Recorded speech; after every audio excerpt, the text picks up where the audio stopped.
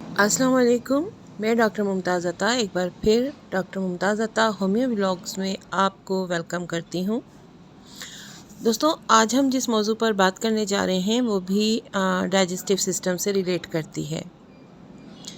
आज हम बात करेंगे मैदे के फैल जाने पर या डायलेशन ऑफ द स्टमक पर। लेकिन काइंडली पहले मेरे चैनल को सब्सक्राइब कर लीजिए, व्लॉग को लाइक कीजिएगा और अपने फैमिली एंड फ्रेंड सर्कल में ज़रूर शेयर कर दें ताकि मेरी बताई जाने वाली मालूमात आपके तवज्जुद से मज़ीद लोगों तक पहुंच सकें।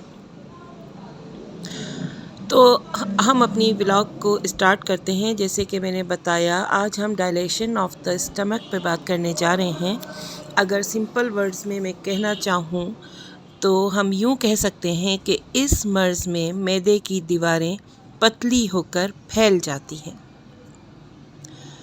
अब अगर एटियोलॉजी पर बात की जाए कि वो कौन सी वजूहात हैं जिसकी वजह से मैदे की दीवारें पतली होकर फैल जाया करती हैं, तो आम तौर पर ये मर्ज़ नमूनिया या किसी शदीद बैक्टीरियल इन्फेक्शन के बाद लाहक हो जाया करता है।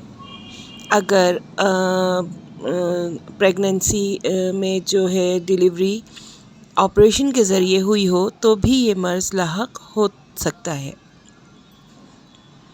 साइन एंड सिम्टम्स में हम देखते हैं कि अमूमन हमें मरीज़ का पेट फूला हुआ नज़र आता है। जिस्म को अगर हम टच करें तो अक्सर मरीज़ का जिस्म ठंडा पाया जाता है, यानी कि हल्की सी नमी होती है, पसीना होता है मरीज़ के जिस्म पे, जिसकी वजह से उसका बॉडी टेम्परेचर गिर जाता है और वो ठंडा महसूस होता है। इसके अलावा गहरे भूरे रंग की या काले रंग की वॉमिट भी अमूमन मरीज़ हमें करते हुए नज़र आते हैं। मैदे में मुख्तलिफ़ किस्म की रतूबतें जमा हो जाती हैं। अगर हम नब्ज़ को देखेंगे तो नब्ज़ की रफ़्तार हमें तेज़ मालूम होती है। शदीद हालतों में अगर इस मर्ज़ की शिद्दत हो तो अमूमन मरीज़ को ग़शी के दौरे भी पड़ जाया करते हैं।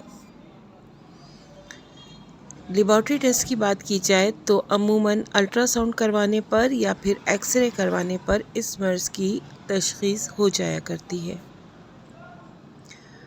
यहाँ हम बात करेंगे होम्योपैथिक ट्रीटमेंट की। तो होम्योपैथिक तरीक़ा इलाज में इस मर्ज़ के लिए काफ़ी बेहतरीन दवाएं मौजूद हैं।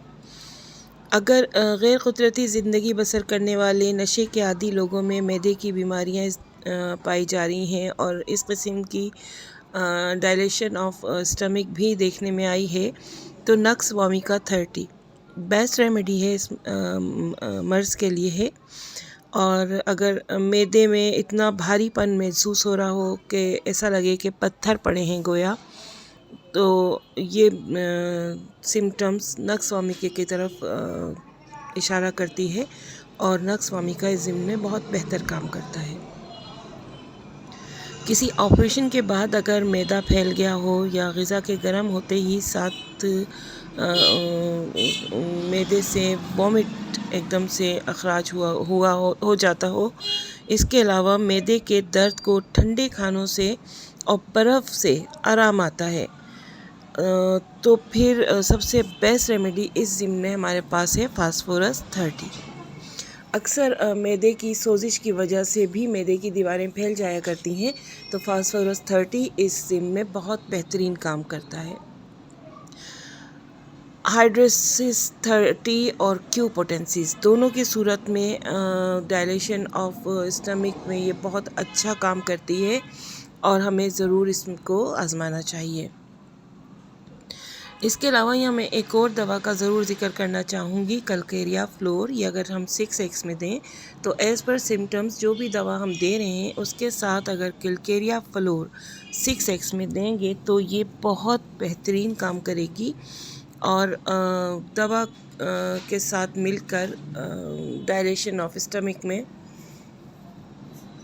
हमें अच्छा रिज़ल्ट देगी।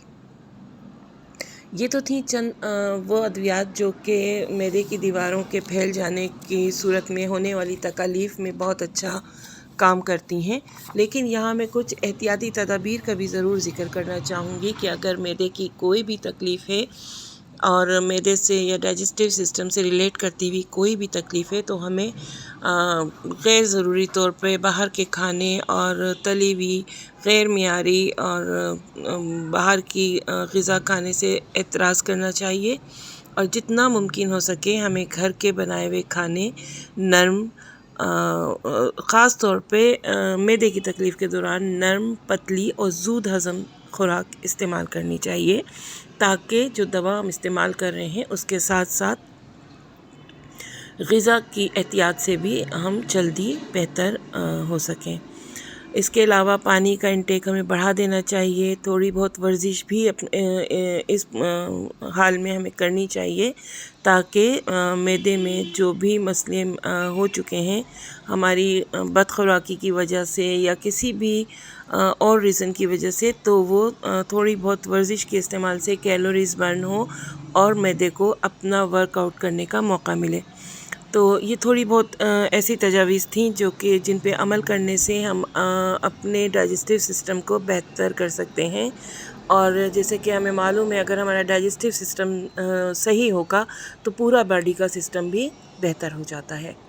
تو دوستوں، یہ تھی میری آج کی ولاگ۔ امید ہے کہ آپ کو انفارمیٹیو لگی ہوگی۔ اپنی فیڈ بیک سے ضرور آگاہ کیجیے گا۔ ملتے ہیں نئی ولاگ میں کسی نئے موضوع کے ساتھ، تب تک کے لیے اپنا خیال رکھیے گا، دعاؤں میں یاد رکھیے گا۔ اللہ حافظ۔